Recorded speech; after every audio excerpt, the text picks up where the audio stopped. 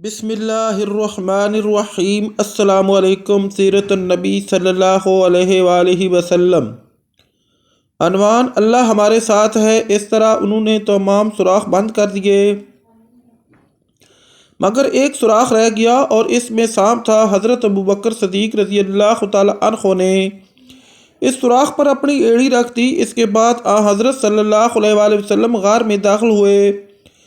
ادھر سانپ نے اپنے سوراخ پر ایڑی دیکھی تو اس پر ڈنگ مارا۔ تکلیف کی شدت سے حضرت ابوبکر صدیق رضی اللہ تعالی عنہ کی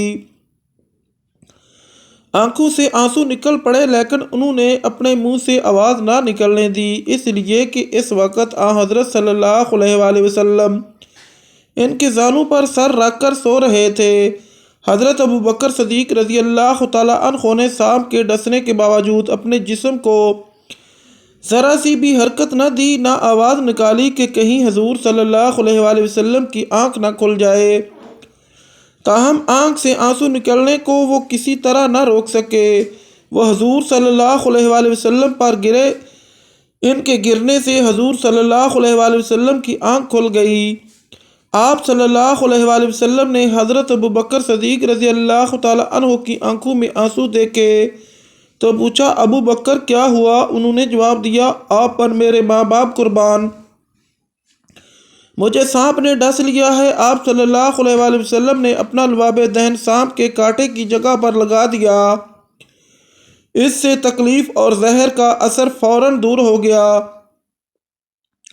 صبح ہوئی، حضرت صلی اللہ علیہ وآلہ وسلم کو حضرت ابوبکر صدیق رضی اللہ تعالی عنہ کے جسم پر چادر نظر نہ آئی تو دریافت کیا، ابو بکر چادر کہاں ہے؟ انہوں نے بتا دیا، اللہ کے رسول، میں نے چادر پھاڑ کر اس غار کے سوراخ بند کیے ہیں۔ آپ صلی اللہ علیہ وآلہ وسلم نے دعا کے لیے ہاتھ اٹھا دیے اور فرمایا، اے اللہ، ابو بکر کو جنت میں میرا ساتھی بنا۔ اس وقت اللہ تعالیٰ نے وحی کے ذریعے خبر دی کہ آپ کی دعا قبول کر لی گئی ہے۔ ادھر قریش کے لوگ نبی اکرم صلی اللہ علیہ وآلہ وسلم کی تلاش میں اس غار کے قریب پہنچے۔ ان میں سے چند ایک جلدی سے آگے بڑھ کر غار میں جھانکنے لگے۔ غار کے دہانے پر انہیں مکڑی کا جالا نظر آیا، ساتھ ہی دو جنگلی کبوتر نظر آئے۔ اس پر ان میں سے ایک نے کہا، اس غار میں کوئی نہیں ہے۔ ایک روایت میں یوں آیا ہے، ان میں امیہ بن خلف بھی تھا۔ اس نے کہا، اس غار کے اندر جا کر دیکھو۔ کسی نے جواب دیا، غار کے اندر جا کر دیکھنے کی کیا ضرورت ہے؟ غار کے منہ پر بہت جالے لگے ہوئے ہیں، اگر وہ اندر جاتے تو یہ جالے باقی نہ رہتے، نہ یہاں کبوتر کے انڈے ہوتے۔ حضرت ابوبکر صدیق رضی اللہ تعالی عنہ نے جب ان لوگوں کو غار کے دہانے پر دیکھا تو آپ رو پڑے اور دبی آواز میں بولے، اللہ کی قسم، میں اپنی جان کے لیے نہیں روتا، میں تو اس لیے روتا ہوں کہ کہیں یہ لوگ آپ کو تکلیف نہ پہنچائے۔ اس پر نبی اکرم صلی اللہ علیہ وآلہ وسلم نے ارشاد فرمایا، ابو بکر غم نہ کرو، اللہ ہمارے ساتھ ہے۔ اسی وقت اللہ تعالیٰ نے حضرت ابوبکر صدیق رضی اللہ تعالی عنہ کے دل کو سکون بخش دیا۔ ان حالات میں ابوبکر صدیق رضی اللہ تعالی عنہ کو پیاس محسوس ہوئی۔ انہوں نے حضرت صلی اللہ علیہ وآلہ وسلم سے اس کا ذکر کیا تو آپ نے ارشاد فرمایا، اس غار کے درمیان میں جاؤ اور پانی پی لو۔ صدیق اکبر رضی اللہ تعالی عنہ اٹھ کر غار کے درمیان میں پہنچے۔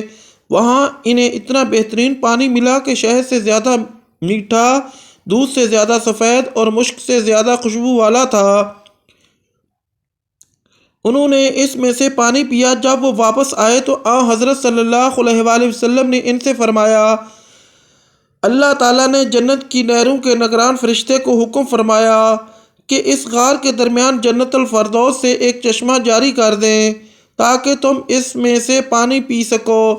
یہ سن کر حضرت ابوبکر صدیق رضی اللہ تعالی عنہ حیران ہوئے اور عرض کیا، کیا اللہ کے نزدیک میرا اتنا مقام ہے؟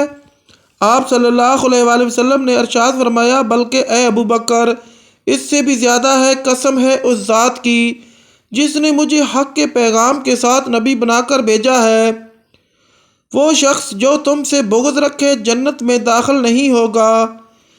غرض قریش مایوس ہو کر غار ثور سے ہٹ آئے اور ساحلی علاقوں کی طرف چلے گئے۔ ساتھ ہی انہوں نے اعلان کر دیا، جو شخص محمد یا ابو بکر کو گرفتار کرے یا قتل کرے اسے 100 اونٹ انعام میں دیے جائیں گے۔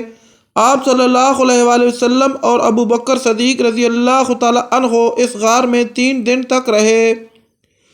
اس دوران ان کے پاس حضرت ابو بکر صدیق رضی اللہ تعالیٰ عنہ کے بیٹے عبداللہ رضی اللہ تعالیٰ عنہ بھی آتے جاتے رہے۔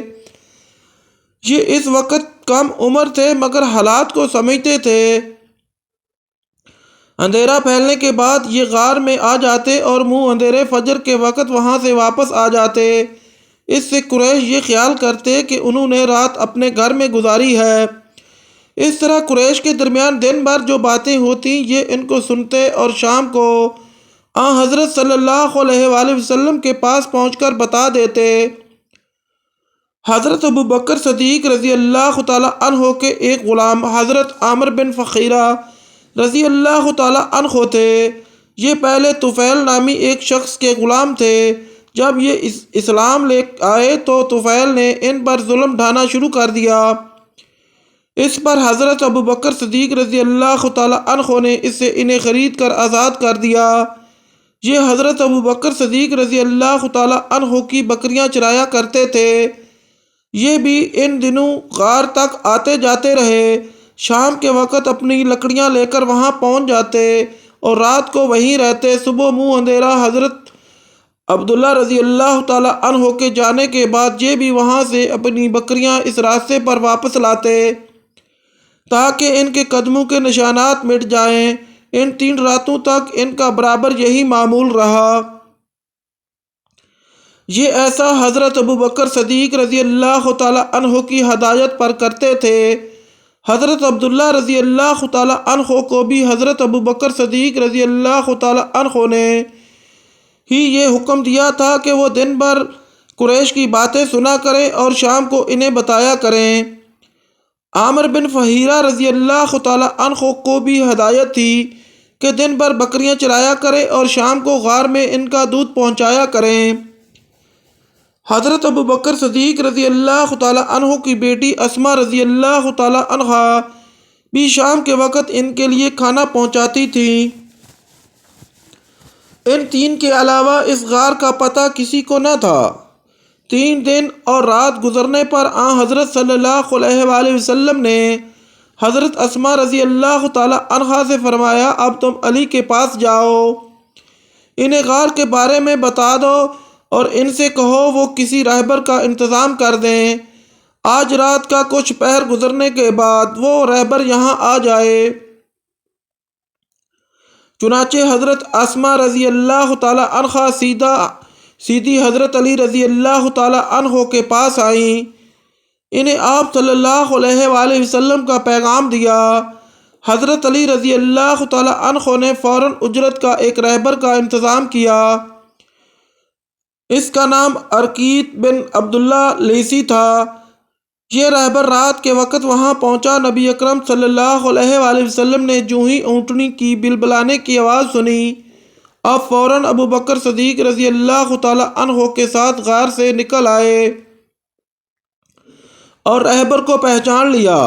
آپ صلی اللہ علیہ وآلہ وسلم اور حضرت ابو بکر صدیق رضی اللہ تعالیٰ عنہ اونٹوں پر سوار ہو گئے۔ اس سفر میں حضرت ابو بکر صدیق رضی اللہ تعالیٰ عنہ نے اپنے بیٹے عبداللہ رضی اللہ تعالیٰ عنہ کے ذریعے اپنے گھر سے وہ رقم بھی منگوا لی تھی جو وہاں موجود تھی۔ یہ رقم 4-5 ہزار درہم تھی۔ جب صدیق اکبر رضی اللہ تعالیٰ عنہ مسلمان ہوئے تھے تو ان کے پاس 40-50 ہزار درہم موجود تھے۔ گویا یہ تمام دولت انہوں نے اللہ کے راستے میں خرچ کر دی تھی۔ جاتے وقت بھی گھر میں جو کچھ تھا منگوا لیا۔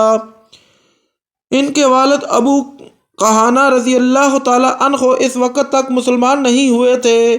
ان کی بینائی ختم ہو گئی تھی۔ وہ گھر آئے تو اپنی پوتی حضرت اسما رضی اللہ تعالیٰ عنہ سے کہنے لگے، میرا خیال ہے ابو بکر اپنی اور اپنے مال کی وجہ سے تمہیں مصیبت میں ڈال گئے ہیں۔ مطلب یہ تھا کہ جاتے ہوئے سارے پیسے لے گئے ہیں۔ یہ سن کر حضرت اسما رضی اللہ تعالیٰ عنہ نے کہا، نہیں بابا، وہ ہمارے لیے بڑی خیر و برکت چھوڑ گئے ہیں۔ حضرت اسما کہتی ہیں اس کے بعد میں نے کچھ کنکر ایک تھیلی میں ڈالے اور ان کو طاق میں رکھ دیا۔ اس میں میرے والد اپنے پیسے رکھتے تھے، پھر اس تھیلی پر کپڑا ڈال دیا اور اپنے دادا کا ہاتھ ان پر رکھتے ہوئے میں نے کہا یہ دیکھیے روپے یہاں رکھے ہیں۔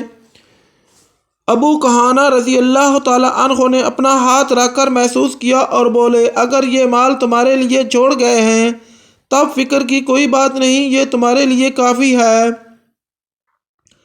حالانکہ حقیقت یہ تھی کہ والد صاحب ہمارے لیے کچھ بھی نہیں چھوڑ گئے تھے۔ ناظرین، اگر ہماری ویڈیو اچھی لگے تو ہمارے چینل کو سبسکرائب کریں، لائک کریں، شیئر کریں اور اللہ تعالیٰ کے کسی ایک نام کے ساتھ کمنٹ ضرور کریں۔ شکریہ۔